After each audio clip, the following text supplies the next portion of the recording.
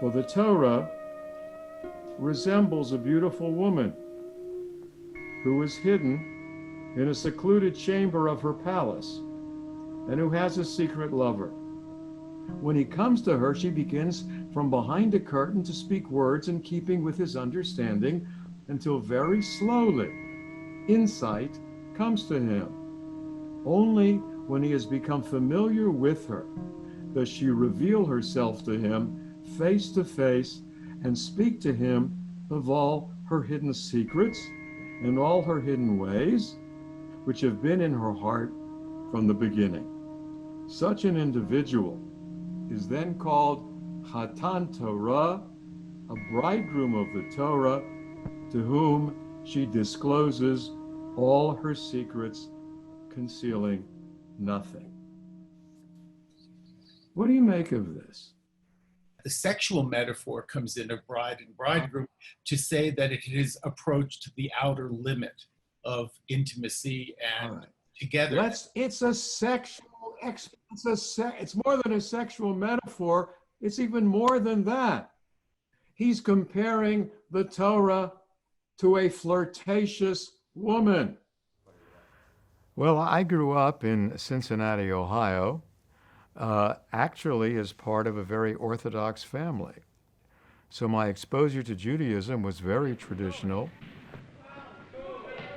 As a late teenager, I attended Hebrew-speaking camps where we did everything in Hebrew. When I was 19, I enlisted in the Army. And while stationed in France, I decided to make my first visit to Israel. And so we're on this boat about to enter Israel at dawn on a given day. And I remembered a prayer that I had learned when I was a kid. Baruch atah Adonai hamachazir shechinato l'tzion. Blessed are you, O God, who renewest your presence in Zion. Tears came to my eyes because what I had prayed was now actualized. The reality of Israel, historically, biblically, contemporaneously, was no longer theoretical. It was experiential. And once something is experiential, it's unforgettable. If there was any experience that overwhelmed me and moved me to become a rabbi, it was that. I became more interested in aspects of the Jewish faith, etc., that were not Orthodox, and ultimately made a decision to become a Reform rabbi.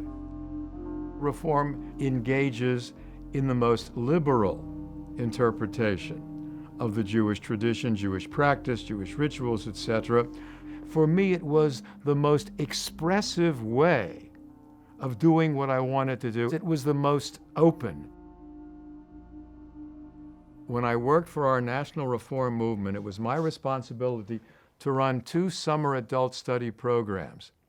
And among the faculty were 2 professors, and they taught mysticism. And I said, wow, where have I been all my life? It became part of my very being. And when the opportunity came to teach it here in Tucson, first at Temple Emmanuel, and then at the Jewish Museum, I really jumped at the opportunity. This is what the book looks like.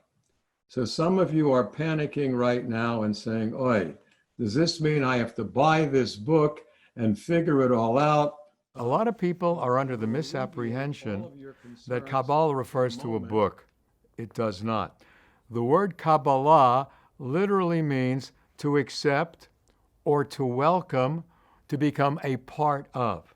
The Kabbalists, they said, we have found the ways and means to understand the divine and to experience God regularly, daily. Now, the word Zohar means radiance, and this is the book of radiance, this compendia of material edited in the 13th century. And so if you immerse yourself in this compendium, you will become radiant. Because Zohar Harakia, you will shine like the radiance of the sky. So that's how it all came about. I want to see something real. And Judaism doesn't give me that particular revelation. And that is one of the basic reasons, as we shall see, why the Kabbalists came up with what they did. Tucson may be the only place in the United States where courses in Zohar are taught by rabbis under synagogue auspices. I get into the material, and I like to convey that excitement and meaning to those in the class. If we were reading the telephone book, I would get excited. Look at this name. John Smith. That's a marvelous name, John Smith. Somehow, as a teacher, that's the way I teach. I hope that it will transform their lives in ways that they could not have imagined. The knowledgeable will be as radiant as the brightness of the firmament. So the Kabbalists, because they studied the Zohar, the book of radiance, became as illuminated as the beauty of the heavens. And so all of you, hopefully, all of you, by virtue of entering the mysterious, hello, goodbye, by entering the mysterious world of the Zohar, will become as radiant as the firmament up. Would I consider myself a mystic?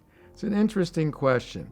I would consider myself a mystic to the extent that I believe that there is another dimension of reality above and beyond what we see in front of us. When you pick up a baby, you inhale the fragrance, and that's the best word that I can use, the fragrance of that infant. It's transformative. I would call that a mystical experience. Religion, to be really profound and meaningful, has to encompass the emotional. It cannot, the intellectual is there, and the intellectual is important, but you have to transcend it. Unless you are really emotionally involved, it loses its power.